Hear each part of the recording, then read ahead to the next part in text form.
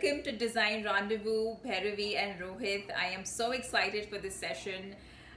And I'm going to get straight into what the session is planned for. And you'll call yourself curators of clay.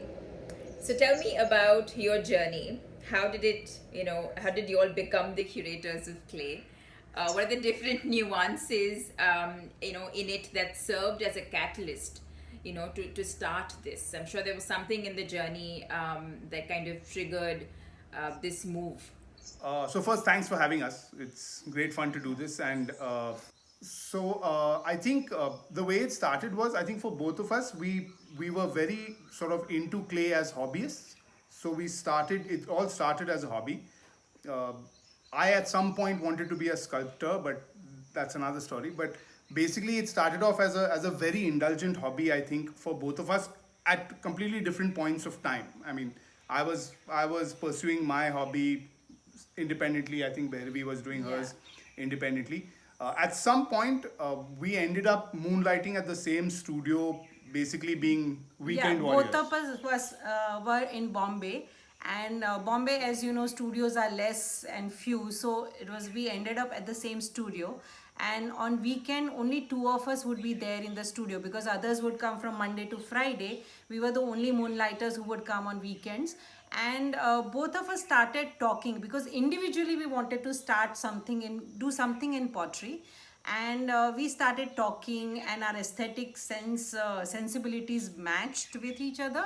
And secondly, most important, we were very clear how we wanted to sell handcrafted ceramics, because in India otherwise it was getting into very handicraft stuff or Yeah, I anything think like we've. that. Yeah, I So we mean, were very clear on that we wanted to create a good brand and work with that. So we decided that instead of doing individually, it's nicer to team up and you do basically have the together, other person to blame if you fail. yeah. So we So figured that it'll be great as a business move to sort of do it, because again, because other things matched. I mean, because the aesthetics matched, the idea of how we wanted to present this matched, and quite honestly, when we started, we didn't fancy ourselves as becoming full-time potters at that point. We did want to do ceramics full-time, which is why our initial sort of idea or initial thought was that we both come from sort of advertising, promotion, marketing, in terms right. of professions that we did before this. So we thought that we'll be able to put that, to good use, and sell handcrafted ceramics better. uh, as we learned along the way, literally in the first month, that we figured that we can't really, it's very difficult to sell anybody else's work, especially if you're dependent on them for, supplying, all of that. So we kind of very quickly moved from ye hum market karenge to straight into no, we'll just make it ourselves.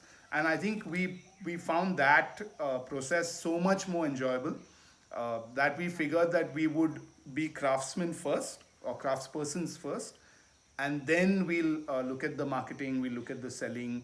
That'll come to us in any case. Yeah. I mean, that's something that we would do in any case. But we had decided to become, sort of craftspeople first and make everything by ourselves. Some of it is really foolhardy, but we still stick to it. That we'll make the clay ourselves. We'll make the glazes ourselves. We'll make the everything. Like, we had this slightly Yeah. obsessive sort of need to have control over everything we did, and so that I think led to us having a full-fledged studio, which now we make everything that we sell. I mean, there's nothing that is sold. Nobody else is making it. Yeah. And it's interesting that you said that, of course, Monday to Friday, you all were in your advertising, promotion, sales mode. Completely get it. That's pretty much my life from Monday to Friday. Although it's not advertising, it's brand strategy, but, it's similar creative zone.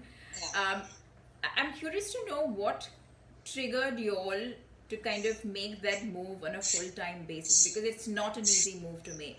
I think these were individuals, so you can. I mean, so Bhairavi can go first as to. So it was more of like we wanted to do something in this, and we kept discussing when to do it because there is never a right time to do it. So we said at least let's, so that studio where we were working, that person was moving out. So we said while we have our jobs, let's take it on hire and see what we can do with it. So we took that studio on hire, and we started going even on weekdays, like mad people after work.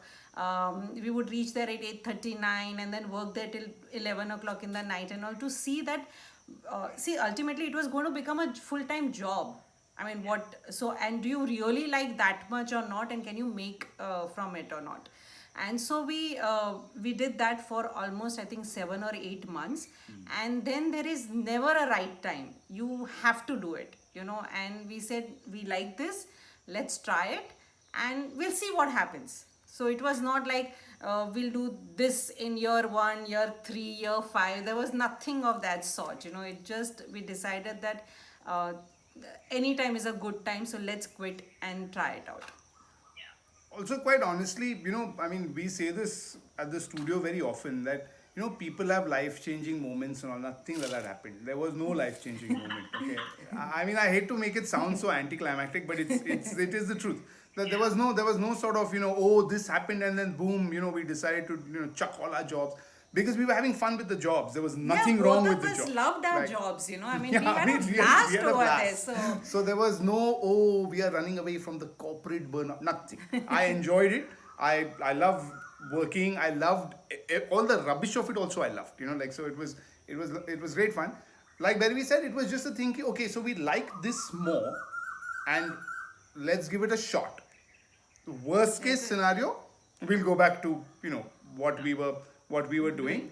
It's okay. I mean, it's sort of fine. We'll see how it goes. What was important, I think, at that point in our heads was that, we really, I mean, both of us don't come from business backgrounds. So it's all very well to start a studio, and it's all very well to sort of, indulge in what is obviously a great art and craft. But how to make it sort of, make money, and how to also, because we have very posh tastes, we are useless.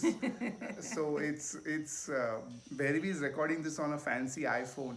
So it's like she won't buy anything else. It's all, so I mean, so we also had to sort of figure how that works into this. Yeah. That was more the concern. I mean, I'll just be honest. It was never a concern of, oh, how will we be able to do this full time? That was easy. It was, oh, can we make money from this? That was like, a little sort of daunting.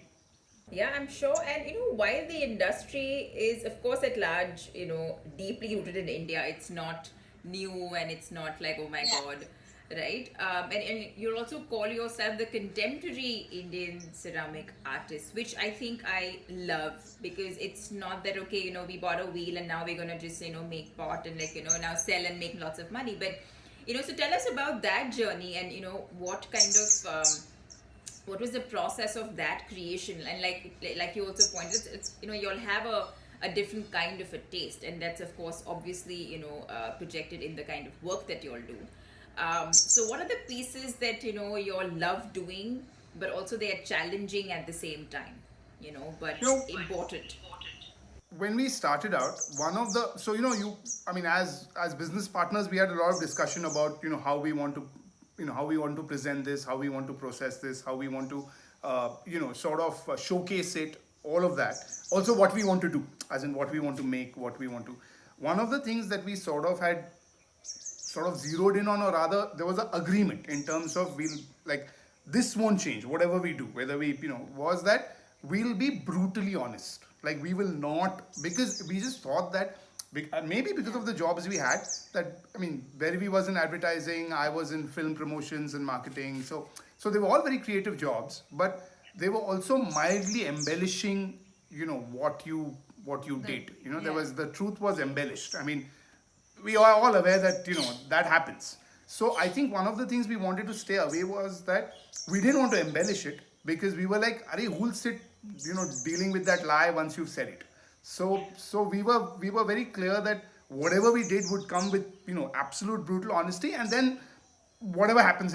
So for instance, the fact to sort of label ourselves contemporary Indian potters came from the fact that neither of us is some rural, has grown up in some rural. I grew up in Pune, Bharvi grew up in Bombay. I mean, you can't get more, more urban than Bombay. Yeah, and houses are very urban. You are more exposed to designs which are from, in our jobs, we explored all the different advertising from European country or America or even Scandinavia and everything. So, I mean, we had imbibed all that in us, and then it was very difficult for us to, I mean, we would have felt like an imposter if we were trying to do very Indian stuff, and we didn't want to do that because I mean, we don't use that kind of stuff at home also, because Yeah. our sensibilities are very, very urban. So then so that's why even things like trying to make kullards or anything, it doesn't work with us. Because if you ask me to make a teacup, I will make a very different teacup than what a kullad would be. And we get it. We get the whole. A lot of people also think it's reverse pretentiousness to say that we won't make kullads. It's not that. We get it. We think it's wonderful. We think Yeah. it's it's fine for and a traditional potter has and will be doing that for years and years. It's very strange for me to come in as one urban born and bred sort of person to suddenly come in and say, I'll make handis. I have no idea of, I mean, I use a microwave, so it's like my whole idea of, let's go out and have, great dinner is to go to a fancy cafe and have, overpriced croissants. It's true. I mean, I get it. Yeah. I get the thing. Like we say this all the time. We love Starbucks. I know it's terrible coffee. I know it's not, single estate, but it's fine. I mean, I really like it. I mean, it's you like the so in that sense we were very clear what we wanted to do. In terms of aesthetics, we lean towards a certain minimal. We didn't want to decorate our pots, even though we saw so many people doing great decoration. I mean, it was wonderful to see that. It's just that it didn't appeal to us to do it ourselves. So we knew that we wanted to stick to glazes being a certain way. We wanted to, sort of ensure that the lines are clean, minimal. And that's probably why so it's the other way around. I mean, we didn't decide to do contemporary things. We just realized that this is what we do. And a nice label for this is to call ourselves contemporary Indian, potters. Doesn't take away the Indianness of us. I mean, we can't be anything else. So that sort of stays. It's just that we wanted to make sure that it's our Indian story and not anything that's somebody else's who's as Indian as we are, or the sort of classic or traditional kitsch Indian desi, like we didn't want to do that. Yeah, no, what I like about your work, and I've followed you all for a while, and then of course when Pratik was introduced and then Mask happened and all of that, right? Because I've been following your work, and personally I'm a very minimalist, no nonsense kind of a say the taste or the style or whatever that you might call in terms of the aesthetic choice. What I felt was truly that with all the potters that we have, and I only know a few, of course, it wasn't very normal or usual to come across something that was not traditional. Let me just put it that way.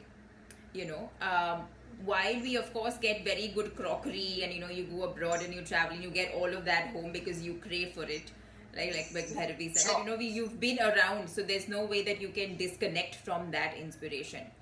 I feel like what you all bring to the work is very authentic. It's very new age potters, a take on using these pieces on a regular basis, not as like, okay, this piece is very pretty, let me just hang it here. It's not that. Like, you have to make it functional in everyday use, which is what I love about it.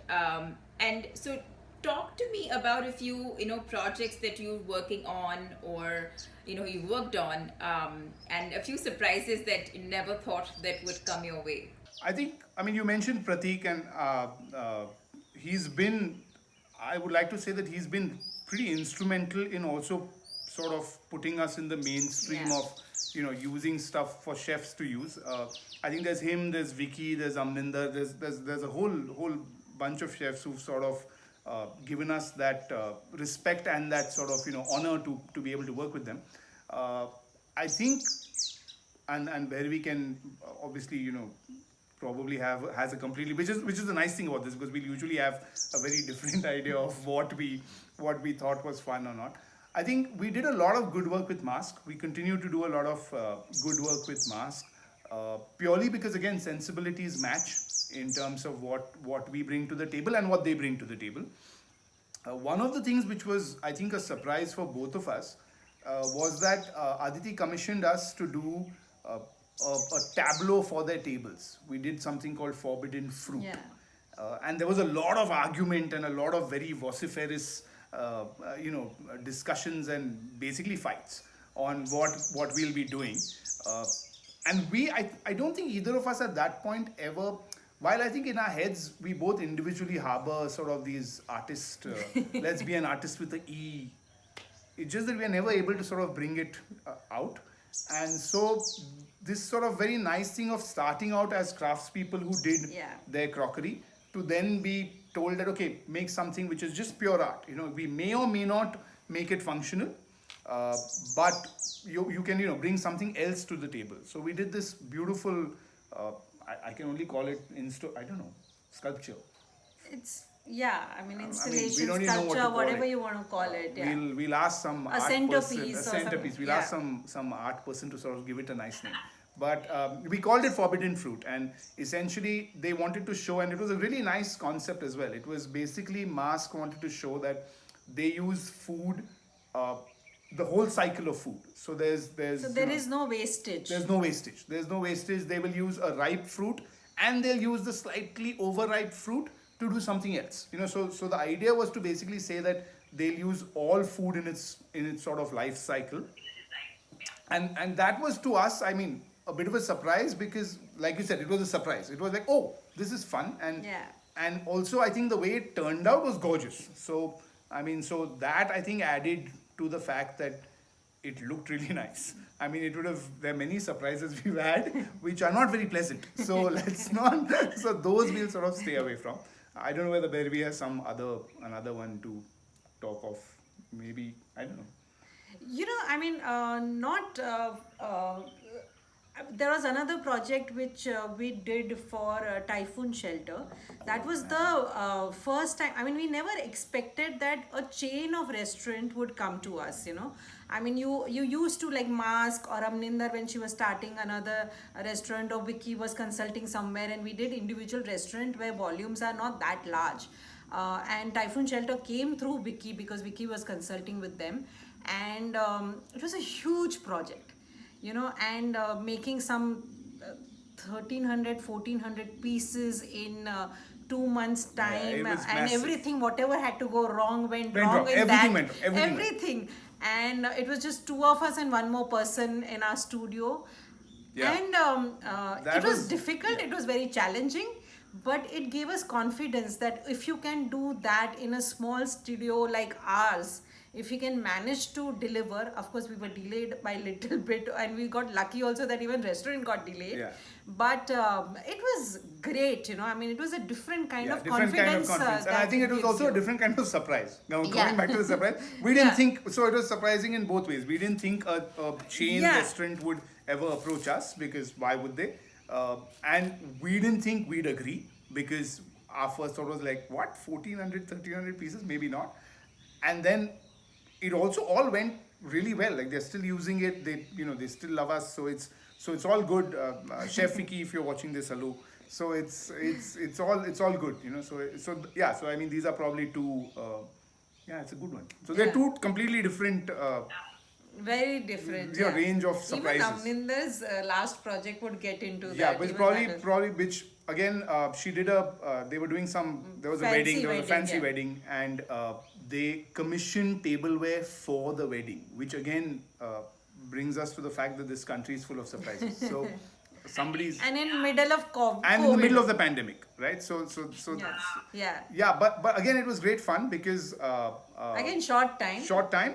a lot of work. There was a lot of logistics involved. The shadi was in Calcutta, so stuff had to go from here to Bombay, then Bombay to Cal. So we were loading like tempos in the morning at 4 a.m. out here. So it was pretty insane. But again, it was a lot of fun. I have to say that a lot of this is fun because we've been lucky because we've had really fun clients Yeah. who are so good at what they do that they sort of are able to then trust you with what you do, because they're just so good at their job that they have no qualms about saying, okay boss, you make the plate, I know what I'm going to put on it, and the And food they is push always you the hero. also, I mean, Yeah, they push you. Yeah. They'll be like, "ठीक है, try it. No, we'll see how it goes," kind Yeah. of a thing. And honestly, the food is the hero. I mean, we can say whatever we want about ceramics. It offers a great canvas to great food, and we've got a hashtag which Yeah. says "delicious food deserves beautiful tableware." But the fact of the matter is that I think it's very important for the people using it to actually use it every day, because that's how it gives them more. I think it gives them more joy, Yeah. and it also kind of completes what we've started. Like, it's an old saying that a pot is completed when it's used, Yeah. and it can't be truer.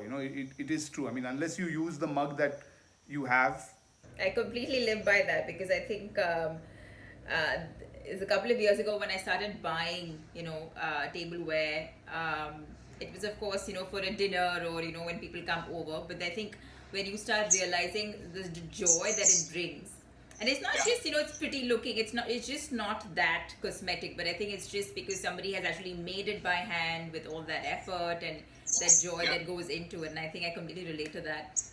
But just transitioning to education, and especially because you come from a very different background, not creatively but at a professional level. When it comes to design or brand education, right, in India specifically, and now more than ever everything is digital. Yeah, Right, everything and- too digital, man. Yeah, and if you don't know something, something is wrong. Like, oh my god, you don't know this software, or you're not aware of this kind of a terminology. So it's you have to surround yourself with that vocabulary, even if you don't know about it, right? So I want to know from your perspective as to what are the core values, the core fundamental principles that don't go anywhere, whether it's a digital platform or it is handcraft, that need to be anchored in education. Because I think, and because I also teach brand strategy, all the ideas land in that digital form, no matter how much you kind of encourage them to go and do things and all of that. What, according to you, are those fundamental values or principles that schools or colleges must, embed? I think the most important thing, like because of digital platform, people have stopped working with their hands. They don't use the material at all. We get lot of interns coming in from design schools, and they're doing ceramics is part of their course, and most of them have not even used clay the way it should be used or anything like that. They would be very comfortable telling us that we'll give you a design input On a and computer I'm screen. like, I don't want that. Please work and see, because then you'll realize what are the limitations of the material. Because the way you work with wood, it's not going to be same with clay or metal, and it's very different. And I find that lacking a lot right now with people that work with your hands. It makes a lot And it of doesn't difference. matter what the medium is. Like, for instance, the same thing with wood, Yeah. right? Like, we've got people who come in with a furniture design sort of background or degree, or wanting to. Not one of them knows how to hammer a nail. Yeah, what I mean. My whole thing is, I get it that you are you are somebody who's obviously being trained with different, like you said, softwares, and but eventually that carpenter needs to know what you're doing, right? I mean, Yeah. if he doesn't know what you're, or rather you need to know what the carpenter's doing. I mean, it's and I think on a slightly bigger sort of picture or a bigger thing, I genuinely think that we really one, we don't have a we will do something by ourselves culture, because you'll always hire a person to do something Yeah. for you, which is, again, I think that's fine, as long as, I mean, like, I'll hire an electrician to do, let's say, ghar ka electrician. I get that you'd give it to an expert or to somebody who's doing that. But in your own job, if you're going to be a furniture designer, if you're going to be a ceramic designer, if you're going to be a textile designer, if you don't know how to cut a fabric, and if you don't know how to stitch, and if you don't know how to, which is why I think that, perhaps people, even people who crochet, they know, I mean, to Yeah. me, even something like that is pretty incredible, right? Like, like to see somebody crocheting, a sweater or whatever, or knitting, for that matter. We know somebody who came for a workshop here. His wife knits, and I just think that it doesn't matter what you're doing. It doesn't matter whether you're working with clay or working with. Yeah. I mean, the glamour of the medium is irrelevant. It's just that right now, oh yeah, sure, everybody's a potter and everybody's sort of working with clay. But I think even if you're doing something as simple as knitting a sweater, the fact that you can knit would probably make you in my opinion, make you a better designer. Also, I think one is, like Berivi said, working with your hands, like, and I also think the other thing, which we've had many discussions with many friends who do different things now, is that one of the things that the digital medium has taken away is, because it's so immediate, and because you're seeing somebody's Instagram feed and you're seeing, oh my God, such gorgeous photographs. You have no idea how much has gone into making that photo, like photo, or making that image. Uh, and I actually think Instagram has done a great disservice to, like, photographers, because everybody who has a phone is now Yeah. a photographer.